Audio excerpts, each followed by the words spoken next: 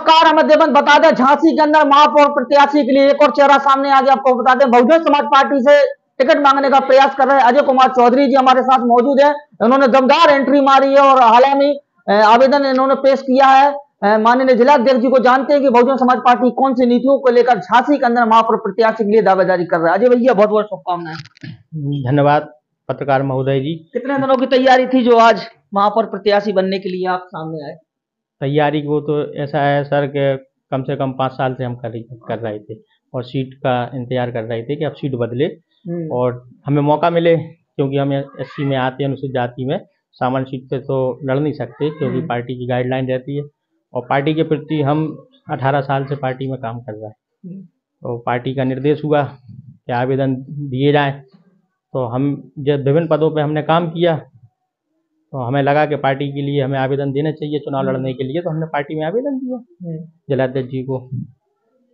कितना आशीर्वाद मिल रहा पूरी झांसी के अंदर? भ्रमण होने लगा? दिन हमने आवेदन दिया और 17 तारीख को कार्यकर्ताओं को पता पड़ा बहुजन समाज पार्टी के झांसी मंडल से, कालपी हो, चाहे ललितपुर हो, उरई हो, जालौन हो, झांसी विधानसभा हो, बबीना विधानसभा हो, सब जगह से, मऊरानीपुर विधानसभा हो, गरौटा, जो वर्कर हैं बहुजन समाज पार्टी के पुराने कैडराइज वर्कर हैं जो वामसेप के साथ ही रिटायर कर्मचारी हैं, सारे लोगों ने जब मेरे को मीडिया के माध्यम से उनके पास खबर पहुंची कि मैंने आवेदन दे दिया, तो बड़ा हर्षोल्लास पूरे झांसी मंडल में हो गया कि आप महापौर के लिए एक युवा साथी, युवा जोश, युवा शक्ति के साथ इस बुंदेलखंड की धरती से तुम निकल के आए और तुमने जो दिया है आवेदन, तो हम बड़े प्रसन्न हैं कि अगर पार्टी टिकट देती है तो पूरा सहयोग मिलेगा हमें एक एक वार्ड से। महापौर का मुद्दा है आपके?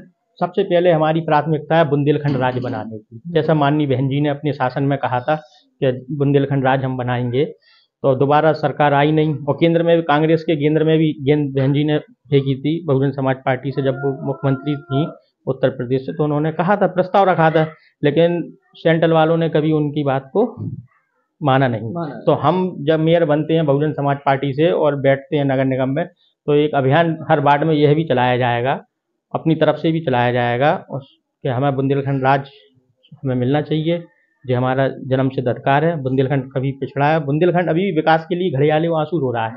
हम चूँकि सिटी में रहते हैं तो हम लोग उस चीज़ को समझते हैं कि जो गाँव के लोग दूर से 80 किलोमीटर दूर से आते हैं यहाँ पे अपनी समस्याएं रखते हैं कलेक्टर के यहाँ, कमिश्नर के यहाँ, तो हम लोग देखते हैं।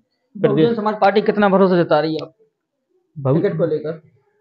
देखिए, ये पार्टी की बात है, नेताओं की बात है, ऊपर स्तर की, लखनऊ स्तर की बात है, वो मैं नहीं कह सकता, लेकिन मैंने तो अपने हिसाब से जब विभिन्न पदों पे मैंने काम किया, मैं 2003 से पार्टी में काम कर रहा हूँ। 2004 का मैंने उपचुनाव यहाँ देखा, जो भुल्लन व्यास बहुजन समाज पार्टी से चुनाव लड़े, लोकसभा से लड़ रहे थे, बाबूलाल कुशवाहा, मैंने उसमें काम किया।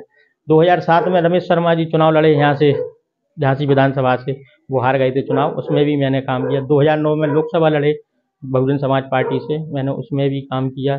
2012 में सीताराम कुशवाहा बहुजन समाज पार्टी से चुनाव लड़े, मैंने उसमें भी काम किया। 2014 में अनुराधा शर्मा चुनाव लड़ी, मैंने उसमें भी काम किया और मैं लगातार पार्टी के साथ खड़ा रहा। 2017 में मुझे विशेष जिम्मेदारी, यशपाल राजपूत बबीना विधानसभा से लड़ रहे थे, मुझे जिला प्रभारी बनाया गया। मैं झांसी का रहने वाला था, लेकिन मुझे बबीना विधानसभा गाँव में काम करने का मौका मिला।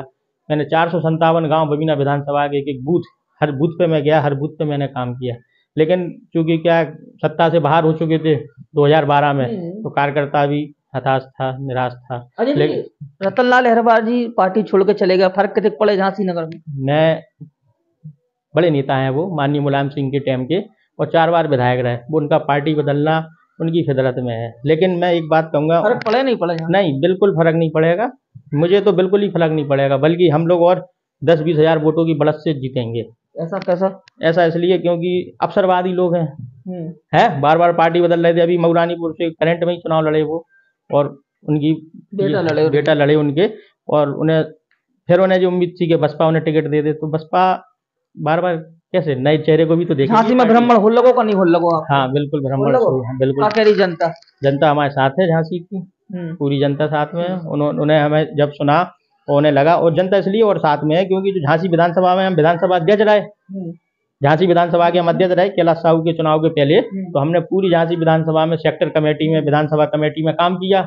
हर सेक्टरों में गए तो हम अपने पदाधिकारियों को टेलीफोन के माध्यम से, या उनकी कोई समस्या हो रही तो हम जा रहे, और जो वार्ड में सभासद के चुनाव लड़ रहे हैं बहुजन समाज पार्टी से, वो लोग बुला रहे हैं तो उनकी बातों को सुन रहे हैं, समझ रहे हैं, उनके साथ घूम रहे हैं।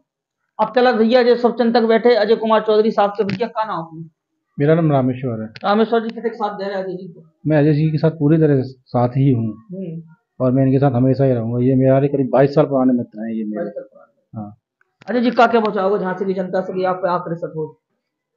मैं तो यही कहूंगा कि मैं युवा हूँ और युवाओं में एक क्रांति आएगी। अगर एक युवा जीतता है झांसी बुंदेलखंड की धरती से और वो मेयर बनता है तो युवाओं के लिए रास्ता खुलेगा विधायक बनने का, सांसद बनने का, मेयर बनने का। बहुत बहुत धन्यवाद अजय कुमार चौधरी साहब को, जो कि बहुजन समाज पार्टी से टिकट की दावेदारी करने जा रहे हैं। अजय कुमार चौधरी जी, देखने वाली बात है कि जनता इस बार बहुजन समाज पार्टी किसको यहाँ पे दांव खेलने का काम करेगी, किसको टिकट देने का काम करेगी और झांसी की जनता को कौन महापौर सामने देखने को मिलेगा और झांसी नगर को चमकाने का। बहुत बहुत धन्यवाद अजय जी, नमस्कार, धन्यवाद।